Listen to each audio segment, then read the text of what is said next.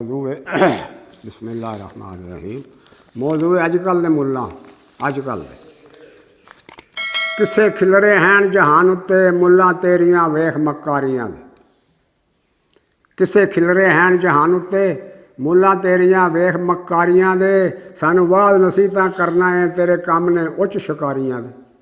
सानू वाद नसीहतां करना है तो तेरे अपने काम ने उच्च शिकारियां दे नित कुड़ियां वल पे झाकना है ताले खोल मसीत दियां बारियां दे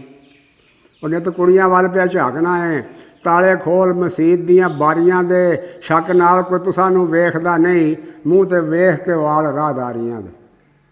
शक नाल तुहानू कोई वेखदा नहीं मूँह ते वेख के वाल राहदारियां दे वक्खो वक्ख ही हत्थां विच फड़े होए जे टोटे करके शरा विचारियां दे वक्खो वक्ख ही हत्थां विच फड़े होए जे टोटे करके शरा विचारियां दे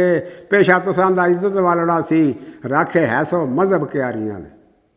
पेशा तुसां दा इज्जत वालड़ा सी राखे है सो मजहब क्यारियां दे कानू हुजरियां विच बना लै जे अड्डे फाशियां ते बदकारियां दे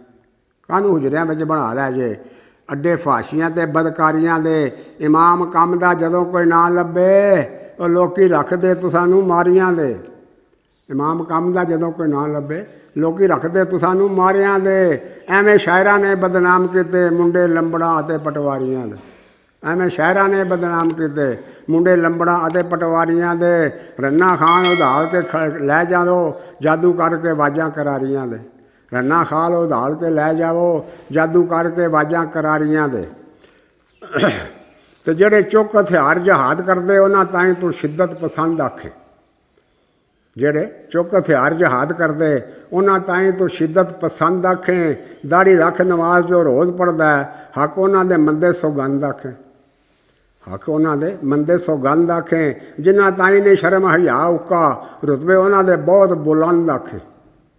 जिन्हां ताईं ने शर्म हया उक्का रुतबे उन्हां दे बहुत बुलंद आखें और जेड़े चरस शराब ते भंग पींदे उन्हां ताईं तू साधु पाबंद आखें जेड़े चरस शराब ते भंग पींदे उन्हां ताईं तू साधु पाबंद आखें कोई काम ने जिन्हां नूं रहण वेले तू उन्हां नूं विच आनंद आखें कोई काम ने जिन्हां नूं रहण वेले तू उन्हां नूं विच आनंद आखें अयो पीर फकीर ते वली अल्लाह मूँह हस के कढ के दंद आखें अयो पीर फकीर ते वली अल्लाह मूँह हस के कढ के दंद आखें और पुछे जे कोई नज़र न्याज की है वो इनू टुक्कर कमान दा फंद आखे जे पुछे कि नज़र न्याज की है इनू टुक्कर कमान दा फंद आखें खान शरह तो बाद मलंग जड़ा ओदे काम ताईं नफा वंद आखें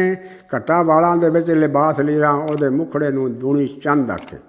घट्टा वालां दे विच लिबास लीरां ओदे मुखड़े नूं दूनी चंद आखें अस्सलामु अलैकुम वरहमतुल्लाह।